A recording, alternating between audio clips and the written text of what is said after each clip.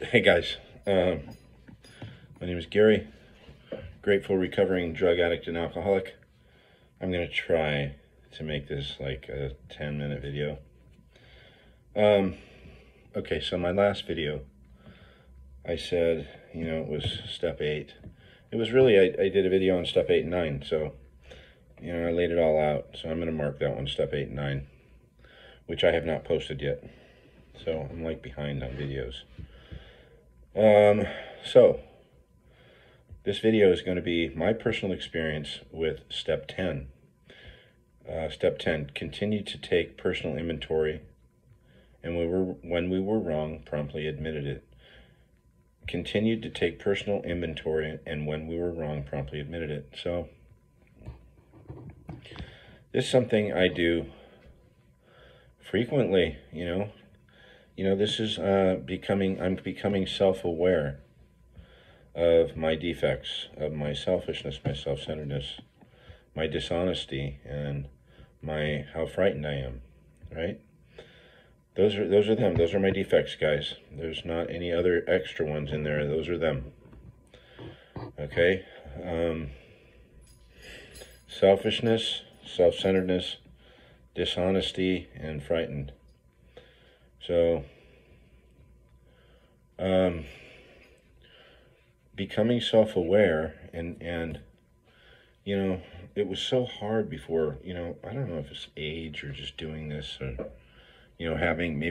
because I had 10 years in AA, and, I'm not saying I know more than anybody else. I might have glaring defects I haven't even spotted yet, okay?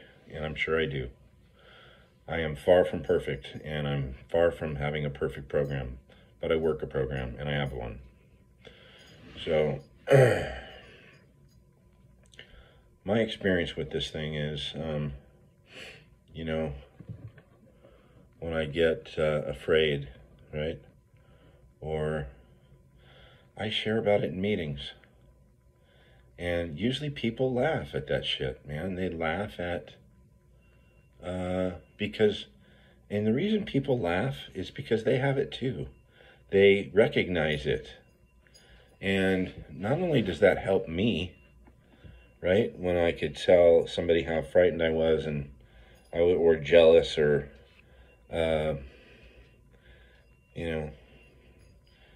afraid of losing something I might have, or not getting something I want, the baby pounding on his high chair.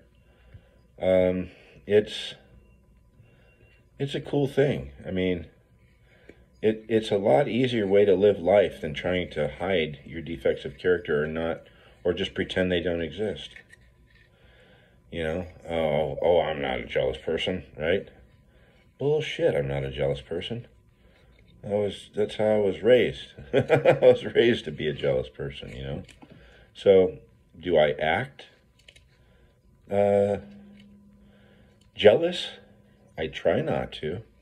I try to catch it before I have a bunch of behavior around it. And that's the great thing about the program. I don't have to go around acting like a fucking idiot most of the time, right? Do I act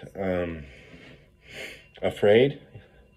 Sometimes, but a lot less, right? Because I'm not walking around acting like a fucking frightened idiot most of the time, because I have this program and I'm becoming self-aware of how frightened I really am, I'm a fucking frightened little boy, man.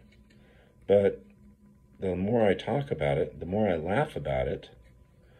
I did a video where I was talking about this guy with my parking place, It's like and that guy with that parking place, he's a good guy, man. We have a lot of fun in the office, we're getting to know each other, and he's just a happy-go-lucky, fun guy, to be around, and I'm sure he's got his shit like I got mine, but we get along great. But I didn't like him the first day because he was parked in my parking place.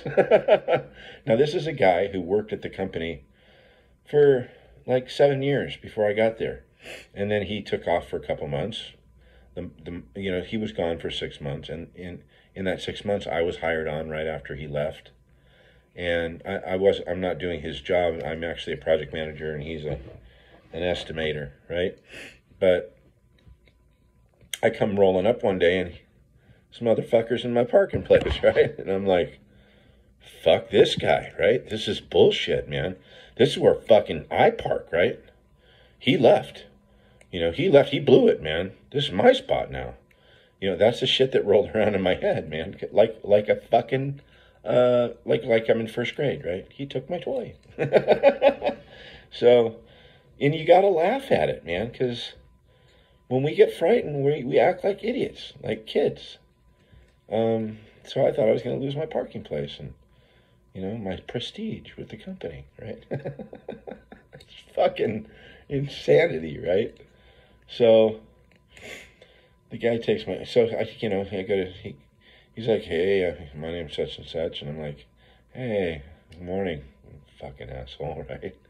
So, and I watched that video where I did that. That was hilarious. And I made a short clip of it because it's funny, and we're funny. We're funny people. People are funny. But, normal people have those thoughts and feelings too. But it doesn't take, with an alcoholic, right, if you're anything like me, it'll take you out of your whole fucking day, right? A parking place will completely take you out of your day.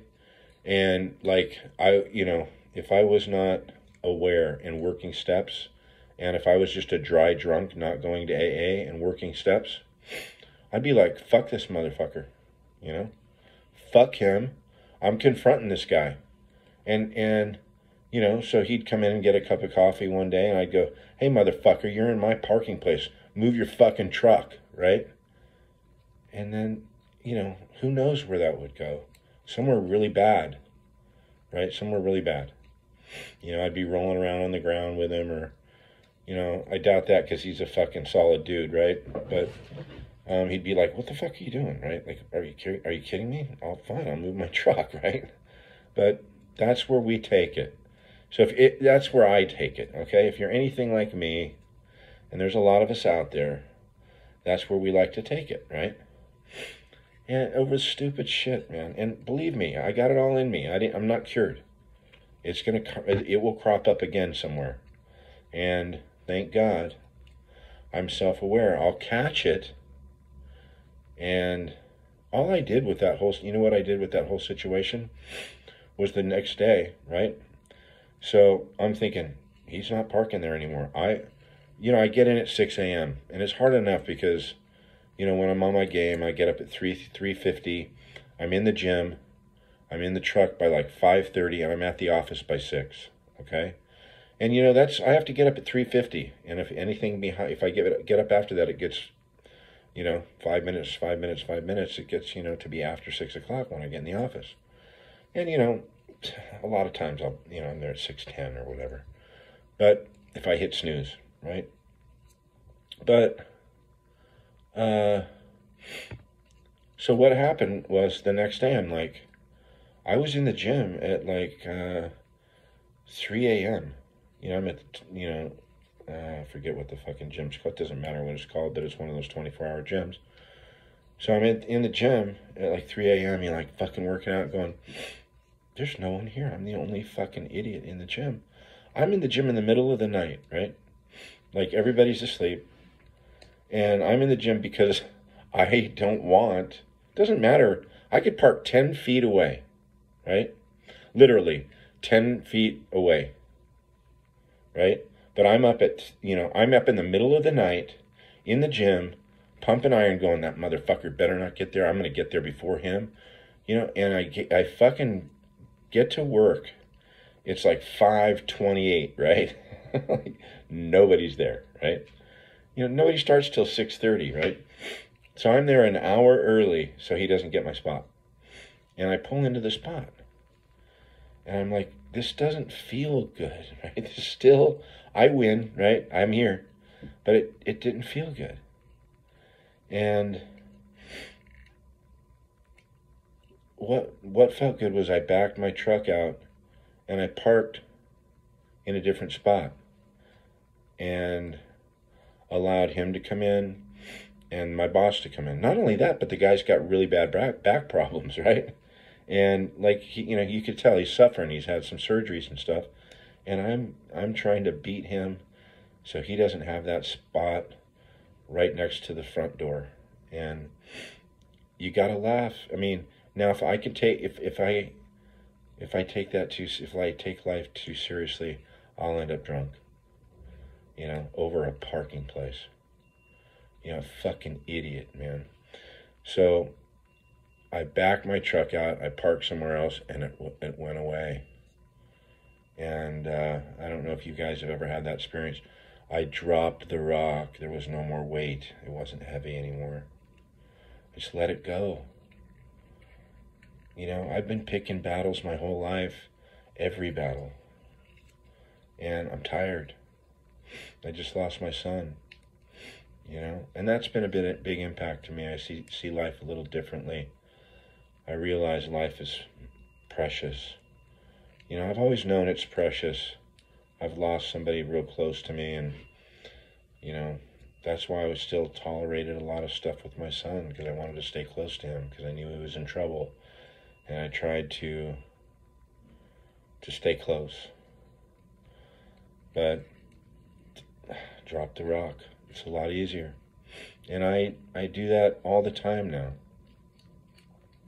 But, you know, we wake up in bad moods or something like that, or late for work, and then I know I'm in danger. If I'm late for work, you know, and I'm speeding, or if I'm weaving in traffic and I catch myself doing that, I go, you know what? Slow it down. Get behind this guy. Follow him. Put some nice fucking tunes on. Put an AA speaker in. Put something spiritual on. You know, tone it down a notch, man. Tone it down a notch, because you're going to create some wreckage in your day. And that's just fucking living like a fucking maniac most of my life. I mean, I've put myself in some fucking hairballs. I'll get shot over a parking place. I'll have a fucking shootout over a parking place. You know? It's so stupid. You know? So, becoming self-aware. And that's what these inventories and that's what the amends does. You know, I didn't have to make him an amends. I gave him the amends before I created wreckage. I gave him his parking place. Because what would have happened, I would have started a bunch of shit, and then I know me. You know, I'm a tough guy, but I'm really not. You know, after I do something stupid like that and want to beat somebody up over a parking place, then I feel bad. It all hits me, and like I'll be sitting at home going, you're living on a spiritual life and you fucking beat a guy up over a parking place? Like, are you kidding me, man? Like, why do you do shit like this? Then the self-hatred kicks in. Then I'm like, I gotta tell the guy I'm sorry. Then I'm in there telling the guy, yeah, I'm sorry I beat you up over your parking place. And it's just so stupid. You know? But it's gonna happen again. I hope it doesn't, but in another form, in another way. I'm gonna that you know, that is gonna surface. You know, that's the best way I could put it. I don't have it in me right now, but take my parking place. It comes up. Oh, that motherfucker. Oh, right? And I don't want to live like that. I don't like that feeling anymore. I like serene. I value peace of mind and serenity. That's like one of my highest values. Because without that, I don't handle relationships well, problems well. I don't handle life, period, well, if I'm not in a good place. But most of the time I'm in a pretty good place. And there's people that are out to push my buttons. And I do battle. Because some of that I don't want to let go of. Because some people I like to still tell the fuck off. You know? And it's a work in progress. You know? And nothing's ever good has come from me saying, hey, you know what, fuck you. Nothing good has ever come from that. But yet there's still part of me, inside of me, that there's still a few people in my life that I want to say that to. You know, they can drum that up in me, you know. So I hope that makes sense to you guys. So continue to take personal inventory. Get to know yourself. And I would say, like, when you, here's the thing my sponsor taught me. And I had my first year of sobriety in 2003. I took a year in front of 120 people that knew me. They knew me for a year. And they watched my struggles, and they knew my kids, and they knew me intimately. Because I would talk about my shit. I was nuts when I came in. I was like, "Arr!" And I remember my first AA meeting there, okay? My first AA meeting at the Canyon Club, there was two hot blondes sitting there, and I know them.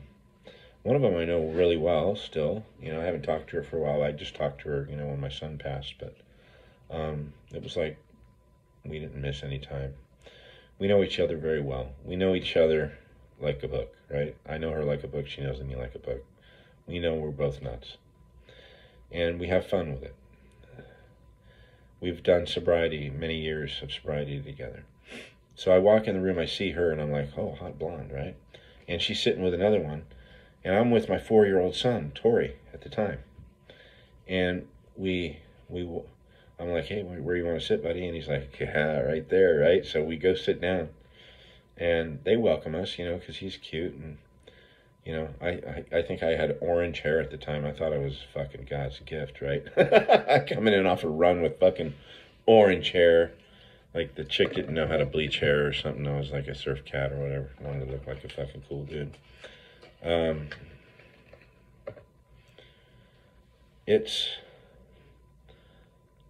I sit next to them, and I know him well too. Like, we have no resentment towards each other. I haven't seen him for years, but he raises his hand and he's like, "Hey, it's a closed meeting. This is for alcoholics only, right?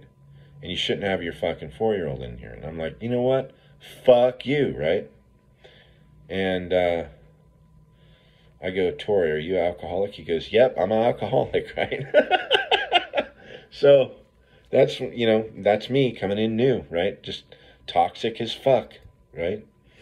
And the two girls, the two women that were sitting there, they thought it was a kick in the ass, right? They loved it.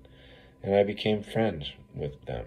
So, and I'm friends with the guy who, you know, we got into it at the coffee bar. Man, I was like, yeah, well, fuck you, motherfucker. Let's go, right? We're at an AA meeting. We're there to get well, and I'm ready to throw down with this guy, right? But that's who I was. And now this is who I am now. A much better man today. So digging in the dirt, and get self-discovery. And man, let's not take life too seriously. So, you know, it's all about discovering self. And then, you know, I rarely beat the shit out of myself anymore. I'm dealing with some guilt stuff with my son, Brandon, and I'm learning how to cope with that and deal with that, right? And I'm doing it in the program, with the program of Alcoholics Anonymous. And I shared about it on the previous video that how I'm making my amends. And that's working for me right now.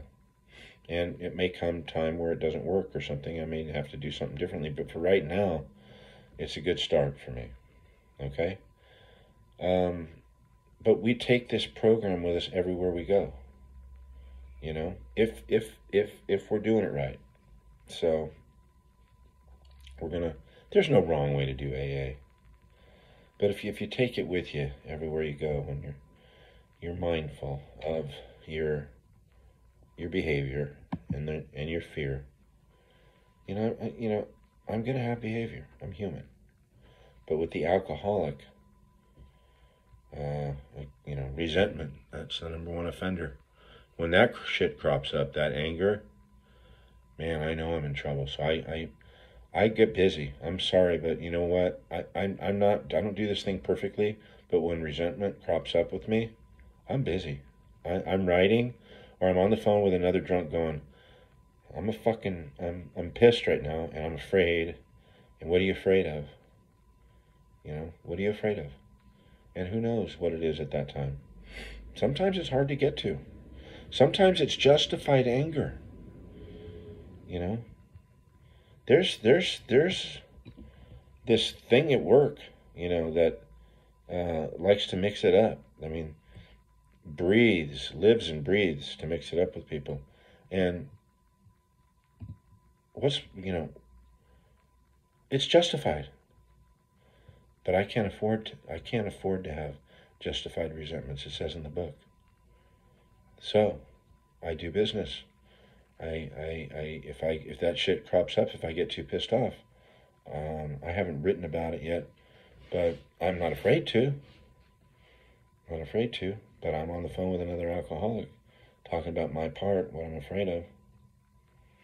You know, and I don't have anything to be afraid of. I'm doing just fine. You know, I'm doing just fine. So, but when I get into fear, look out. I recognize it now, and I don't like the way it feels. So I work on it. 21 minutes, you guys. So, remember, you know, hopefully that gives you a taste of what, how I live my life with this program. And with step 10, we continued to, you know, the maintenance steps, 10, 11, and 12. You know, so once you do, you know, 1 through 9, and you're living a maintenance life of 10, 11, 12. That's how, you know, when I said yesterday how I live my life a little bit differently now, I didn't do this huge, massive fucking inventory. I do a maintenance thing and just living in 10, 11, and 12. 10, 11, and 12. You know. 11, sought through prayer and meditation to improve our conscious contact with God as we understood Him. Praying only for knowledge of His will for us and the power to carry that out. That'll be tomorrow. And then 12, you know, working with others. Having had a spiritual awakening as a result of these steps, we carry this message to the alcoholic who still suffers. And I agree with that. We do have to give away freely what we've been given and tell our experience.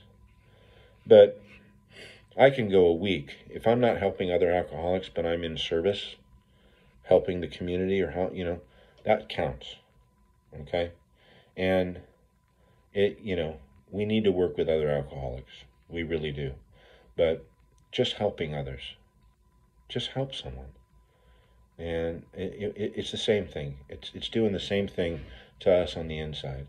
But working with other alcoholics is where you really experience the joy, because you're watching someone discover themselves and clear away the wreckage of their past. And the promises start coming true. The 9th step promises. You know? I'm going to read those 9th step promises because in 7 and 8, right? And those are on page 85 and 86, or 86 and 87. I'll tell you right now. 86 and 87. Am I wrong?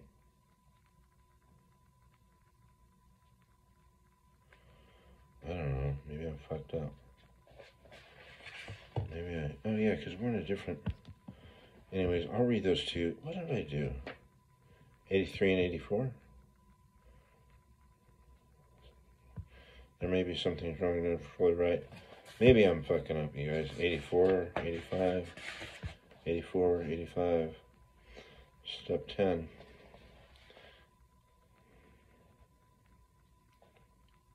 Okay, here we go. 83 and 84. I was close. Here's the promises. These are the promises that come true after you've done your 9th step, what we discussed yesterday, and you're moving into step 10, right? We read these every meeting, before every meeting, okay? If we are painstaking about this phase of our development, we will be amazed before we are halfway through. We will know these are the promises. We will know a new freedom and a new happiness. We will not regret the past, nor wish to shut the door on it. We will comprehend the word serenity, and we will know peace. No matter how far down the scale you have gone, we will see how our experience can benefit others. That feeling of uselessness and self-pity will disappear. We will lose interest in selfish things and gain interest in our fellows. Self-seeking will slip away. Our whole attitude and outlook upon life will change. Fear of people, right? Fear of people and of economic insecurity will leave us.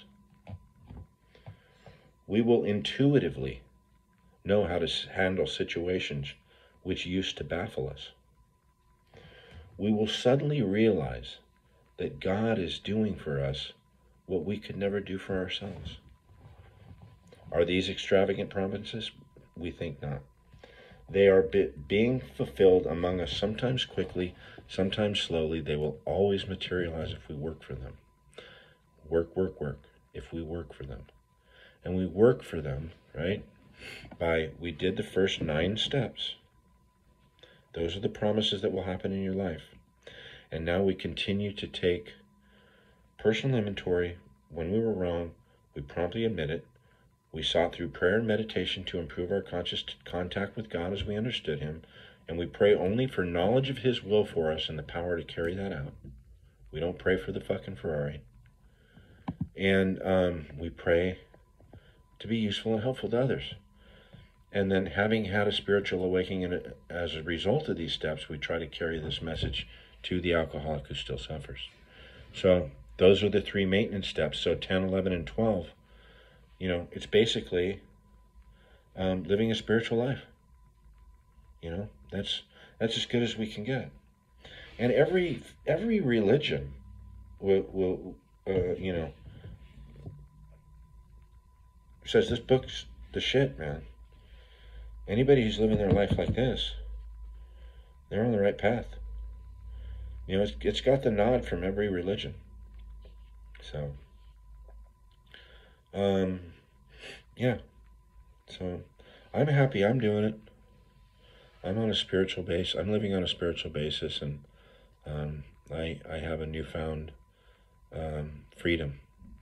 So, I'm not owned by alcohol and drugs. I'm not shackled to the baggie, the bindle, or the bottle, or the needle. I'm not shackled anymore. So, pretty funny. All you got to do is make a decision to turn your will and your life over to the care of God as you understand Him. And if you do not believe in God, turn your will and your life over to the care of the group of Alcoholics Anonymous until you find Him. Right? So, good luck to you guys, and subscribe. We've been doing great. We've been kicking some serious ass on this channel, like the last couple days. Let me tell you, because it's really cool. I'm not flexing or anything like that. I'm really not. I'm humbly saying this because I'm so proud. I'm proud of putting this shit up, and people are watching it. Like, hang on a second. It's weird, man. Like, I put a video out, and so I put a video out. The last short I put out, 45 views. The short before that, 3,100 views. It's crazy. Okay, I put out I got another video that's 2,300 views. It's crazy, man. It's I'm a guy that gets 75 to 125 views. I've got 200 views, 150 views. This is great, man. It's really awesome. And let me move that. And I'm going to get a count, because remember, I wanted to hit 10,000 views by. I'm going to lose half my fucking viewership with this stupid taking this long. Okay, so analytics. Okay, so in the last 63 days or something like that. What is today? Yeah, it's like last 65 days, okay?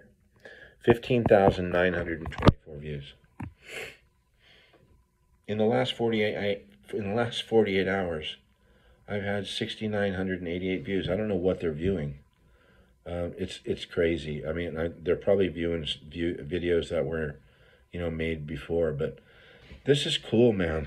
Wow, I had no idea. Like I looked at the last night, it was like 11,000. Now it's fucking almost 16,000. I'm a couple views away from 16,000 views. Man, we've got 10,000 views in the last week. So it's incredible. So it's catching on. So I don't know what happened, right? I don't know. I don't know what an algorithm is, but people talk about algorithms and I don't know anything about it. But you know what? It's coming from the heart. It's coming from, there's no bullshit on this video, on these videos I make, right? And they're helping people. I know that. So I get a lot of messages. And it's so hard to answer messages now, but keep them coming in. Because it might take me a few days, you guys, because I come in at night, like I'll come in and I'll answer a couple, and then, I'll go to dinner or I'll go to a meeting and I'll answer a few more before I go pass out to bed. But, it's not like millions are coming in, so keep them coming in. It just might take a couple days to get back. But subscribe, you guys. With one thing, we get all these viewers, but no subscribers. We have 77 subscribers. So I don't know what that's about. But you're watching, so please subscribe. Don't forget, the Impact Foundation, LA.org. Go on the website, run by an Energizer bunny named Vicky. She never stops, never sleeps, just keeps going. She lost her son, Chase Malone, to an accidental fentanyl overdose, similar to my son, Brandon, about 1.5 years ago. And she started this foundation from her heart. Go on the website, check it out, see if you like it. If you like it, donate. Hit the donate button. It's a great cause. The Impact Foundation, LA.org, trying to grow its wings so it can fly. Thanks, you guys. Subscribe. Please subscribe.